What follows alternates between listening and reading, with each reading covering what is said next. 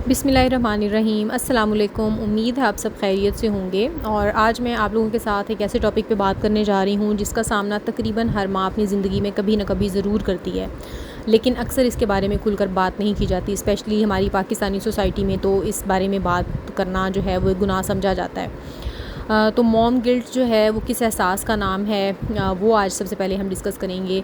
कि कभी-कभी ऐसा होता है कि अपने बच्चों को जब हम काफ़ी टाइम नहीं दे पा रहे होते तो हमें कुछ थॉट्स आने लगती हैं, जिसमें ये होता है कि जी मैं अपने बच्चों को काफ़ी टाइम दे नहीं रही हूँ, मैं अच्छी माँ नहीं हूँ, मैं गुस्सा क्यों करती हूँ अपने बच्चों पे, या दूसरे लोगों की तरह मैं सब कुछ अकेले क्यों नहीं कर पाती हूँ। तो यकीन करें कि अगर ये सोचें आपको आती हैं तो आप अकेली नहीं हैं। मॉम गिल्ट है क्या, ये आज की वीडियो में हम जानेंगे, और ये क्यों होता है, और सबसे अहम बात कि इससे बचा कैसे जा सकता है। तो वीडियो को आपने एंड तक ज़रूर देखना है। सबसे पहले मैं आपको बताऊं कि ये वो एहसास है, मॉम गिल्ट एक ऐसा एहसास है जब माँ ये सोचने लगती है कि वो अपने बच्चों के लिए काफ़ी अच्छी साबित नहीं हो पा रही, या वो कहीं ना कहीं अपनी ज़िम्मेदारी पूरी नहीं कर पा रही। और ये एहसास किसी भी माँ को किसी भी वक्त हो सकता है, चाहे वो कोई घरेलू खातून हो, चाहे वो वर्किंग मदर हो, चाहे वो एक नए बच्चे की माँ हो, या उसके 3-4 बच्चे पहले से मौजूद हों। इसकी कई मिसालें हम अपनी लाइफ में ले सकते हैं। सबसे पहली मिसाल तो ये हो सकती है कि फ़र्ज़ करें आप पूरा दिन घर के काम करती रही हैं, आपने खाना भी बनाया, आपने सफाई भी की, अपने कपड़े धोए, बच्चों को होमवर्क भी कराया, और रात को जब आप थक कर बैठती हुँ तो अचानक ही ख्याल आता है कि आज तो मैं बच्चों के साथ खेल ही नहीं पाई। एक्चुअली यही मॉम गिल्ट है।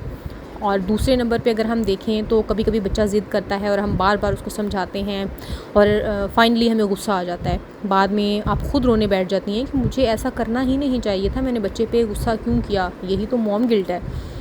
और तीसरे नंबर पे जो मिसाल मैं आज आपको दूंगी, कभी कभी ऐसा होता है, बल्कि आजकल तो ज़्यादातर यही होता है क्योंकि सोशल मीडिया का दौर है और हर कोई जो है वो सोशल मीडिया देख रहा होता है। और जब हम सोशल मीडिया खोल के बैठे होते हैं, वहाँ हर माँ का जो घर है वो साफ़ सुथरा नज़र आता है, बच्चे खुश नज़र आते हैं, सब कुछ परफेक्ट नज़र आता है। सब ब्लॉगर्स अपनी लाइफ में यही दिखा रहे होते हैं। तो आप सोचती हैं कि सिर्फ मैं ही हूँ ये सब मैं नहीं संभाल पा रही, लेकिन हकीकत कुछ और होती है।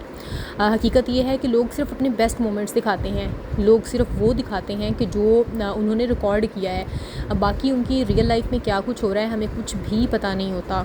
हमारी तरह उनके घर भी बिखरे हुए होते हैं, हमारी तरह उनके भी किचन में खलारा मचा हुआ होता है, मैस हुआ होता है, लेकिन वो सब हमें क्यों नज़र नहीं आता, क्योंकि वो स्क्रीन में रिकॉर्ड नहीं हुआ होता। वो सिर्फ वही रिकॉर्ड कर रहे होते हैं जो वो दिखाना चाहते हैं।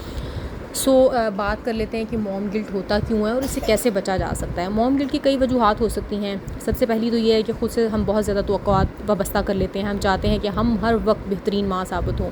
ऐसा हो नहीं सकता। परफेक्शन किसी भी इंसान में ज़्यादा टाइम के लिए रह नहीं सकती है।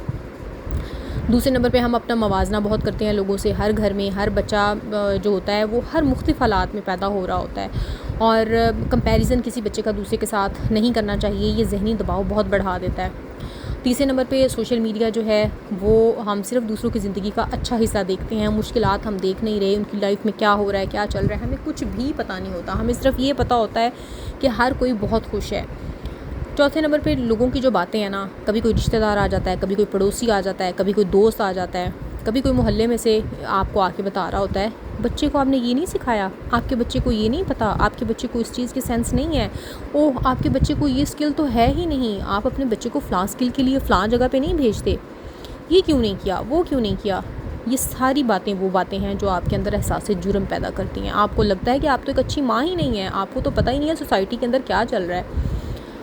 अब इन तमाम बातों को देखते हुए एक माँ ख़ुद भी डिप्रेशन में चली जाती है, और वो ख़ुद जब डिप्रेशन में जाती है और उसका मॉम गिल्ट दिन ब दिन बढ़ता जाता है, तो अपने बच्चों को, अपने घर को, किसी भी चीज़ को सही से हैंडल नहीं कर पाती। तो ऐसे में देखना ये है कि हम किस तरह से इन चीज़ों के साथ कोप कर सकते हैं, हम अपनी परेशानी को किस तरह से कम कर सकते हैं, और वो कौन से तरीके हैं जिनको अडॉप्ट करके हम इन चीज़ों का सोल्यूशन फाइंड आउट कर सकते हैं। तो जी सबसे पहला जो तरीका है मॉम गिल्ट से बचने का, वो ये है कि ये कबूल करें, आप एक्सेप्ट कर लें कि आप परफेक्ट नहीं हैं। और परफेक्ट होना ज़रूरी भी नहीं होता। क्यों ज़रूरी होता है परफेक्ट होना? और बच्चों को एक मोहब्बत करने वाली माँ चाहिए, बच्चों को एक परफेक्ट माँ नहीं चाहिए होती। अगर आप अपने बच्चों से मोहब्बत करती हैं तो आप ख़ुद को परफेक्ट ही समझें। आप ये समझें कि अगर आप अपने बच्चे के साथ सिंसियर हैं, आप उसका अच्छा चाहती हैं, आप उसकी तरबियत के लिए उस पर सख्ती भी करती हैं, तो आपको मॉम गिल्ट का शिकार होने की कोई ज़रूरत नहीं है। आप एक बहुत अच्छी माँ हैं। और जो दूसरा तरीका है वो ये कि आप सिर्फ ये ना देखें कि आप बच्चे को डांट रही हैं, आपने बच्चों को टाइम नहीं दिया, आपने बच्चे के साथ खेला नहीं है। आप ये देखें कि आपकी कामयाबियाँ क्या हैं, आप अपने बच्चे की लाइफ में किस तरह से कंट्रीब्यूट कर रही हैं। क्या आप उसको सही टाइम पे खाना दे रही हैं, क्या आप उसकी तरबियत अच्छे तरीके से कर रही हैं, क्या आप उसको जहाँ उसको ये बताने की ज़रूरत होती है कि बेटा झूठ नहीं बोलना, आप उसको समझाती हैं, आप ये बताती हैं कि बेटा किसी की चीज़ को विदाउट परमिशन यूज़ नहीं करना। अगर आप ये सब कुछ बताती हैं और हर रात सोने से पहले 3 अच्छी बातें आप अपने बारे में सोचें जो आपने बच्चों के लिए अच्छी की और जो आपने बच्चों को अच्छी सिखाई, तो आप यकीन करें कि आप मॉम गिल्ट से आहिस्ता आहिस्ता निकलना शुरू हो जाएंगी।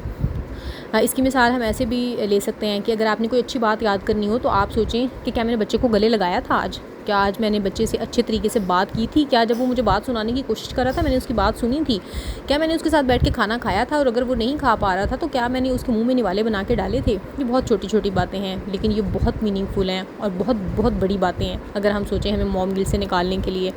और जो तीसरे नंबर पर तरीका आज मैं आपको बता रही हूँ वो ये है कि अपने लिए भी वक्त निकाला करें, चाहे वो 10 मिनट हो, 20 मिनट हो, चाहे वो 2 मिनट ही क्यों ना हो।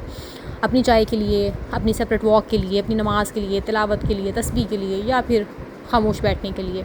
क्योंकि जब आप इस तरह का कोई अपने लिए टाइम निकालेंगी तो उसमें ना सिर्फ आप ज़हनी तौर पे बेहतर हो जाएंगी बल्कि बच्चों की बेहतर परवरिश, बच्चों की बेहतर तरबियत भी कर सकेंगी। और जब को आप खुद मेंटली सेटिस्फाइड होंगी ना तो आप बच्चों को ज़्यादा अच्छे तरीके से हैंडल कर पाएंगी। और ये वो तरीका है जो आपको मॉम गिल्ट से निकाल देता है, आपको बताता है कि आप एक बहुत अच्छी माँ हैं, आप अपने बच्चों को प्यार करती हैं, आप अपने बच्चों को टाइम देती हैं। और जो चौथे नंबर पे तरीका जो मैं आपको बता रही हूँ वो ये है कि अपने लिए अच्छे अल्फाज इस्तेमाल करें। ये ना कहें मैं बहुत बुरी माँ हूँ, बल्कि ये कहें कि मैं अपनी पूरी कोशिश कर रही हूँ और मैं हर रोज़ बेहतर बनने की कोशिश कर रही हूँ। जो चीज़ें मुझे नहीं पता वो मैं सीखने की कोशिश करूँगी।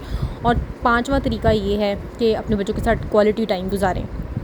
ज़रूरी नहीं है कि आप अपने बच्चे के साथ सारा दिन गुजारें, क्योंकि दिन में आपने दिन के हिस्से में आपने और भी काम परफॉर्म करने होते हैं। आपने खाना बनाना होता है, आपने घर की सफाई करनी होती है, आपने और बहुत सारे इस तरह के काम हैं जो कि घर में करने होते हैं। सिर्फ आप 20 मिनट भी अगर अपने बच्चों के साथ तवज्जो से गुजारेंगी ना तो यकीन करें कि वो बहुत प्रीशियस, बहुत कीमती वक्त होगा। और जो छठे नंबर पे तरीका है वो ये है कि अगर आपसे कोई गलती हो जाए तो ख़ुद को माफ़ कर दिया करें। अगर कभी गुस्सा आ जाए तो बाद में बच्चे से माज़रत भी कर लिया करें। इससे बच्चा भी सीखता है कि गलती मांगना कमज़ोरी नहीं बल्कि बहुत बड़ी खूबी है। और तीसरा जो सातवां तरीका है वो ये है कि अपने लिए दुआ किया करें, अपने बच्चों के लिए दुआ किया करें। अल्लाह ताला से हमेशा दुआ करें कि वो आपको एक बेहतरीन माँ बनने की तौफ़ीक अता फ़रमाए और आपके बच्चों को आपसे अच्छा फ़ैज़ हासिल करने की तौफ़ीक दे। याद रखें अल्लाह ताला नीयत देखता है। अगर आप पूरी कोशिश कर रही हैं तो ये ही बात बहुत बड़ी बात है। और एंड पे मैं आप लोगों को सिर्फ एक ही मैसेज दूँगी, अगर आज आप ये वीडियो देख रही हैं और आप एक मदर हैं तो और दिल में कहीं ये महसूस करती हैं कि मैं मॉम गिल्ट का शिकार हूँ, तो ये बात हमेशा याद रखिए कि माँ को गिल्ट नहीं होना चाहिए। आप बेशक पूरी दुनिया के लिए परफेक्ट ना हो लेकिन आप अपने बच्चे के लिए परफेक्ट ही हैं। क्यों? क्योंकि आप उससे मोहब्बत करती हैं, आप उसका भला चाहती हैं और उस बच्चे को सिर्फ अपनी माँ चाहिए। वो माँ जो उसे मोहब्बत करती है, उसके लिए दुआ करती है और हर दिन पूरी कोशिश करती है कि आप उसके लिए कुछ अच्छा करें। इसलिए आप अपने ऊपर रहम करें, अपनी मेहनत की कदर करें और ये यकीन रखें कि एक अच्छी माँ होने का मतलब ये नहीं है कि माँ सब कुछ करे, बल्कि ये है कि मोहब्बत, सब्र और मुसलसल कोशिश जो है वो ही परफेक्शन का नाम है। और अगर आपको आज की ये वीडियो पसंद आई है तो इसे लाइक करें, अपने दोस्तों और दूसरी माँओं के साथ ज़रूर शेयर करें ताकि बाकी माएँ भी मॉम गिल्ट से बाहर आ सकें। और अगर आप मेरे चैनल पे नए हैं तो उसको सब्सक्राइब करना ना भूलें। मिलूँगी किसी और वीडियो में किसी और टॉपिक के साथ, तब तक के लिए मुझे इजाज़त दीजिए। अल्लाह हाफ़िज़।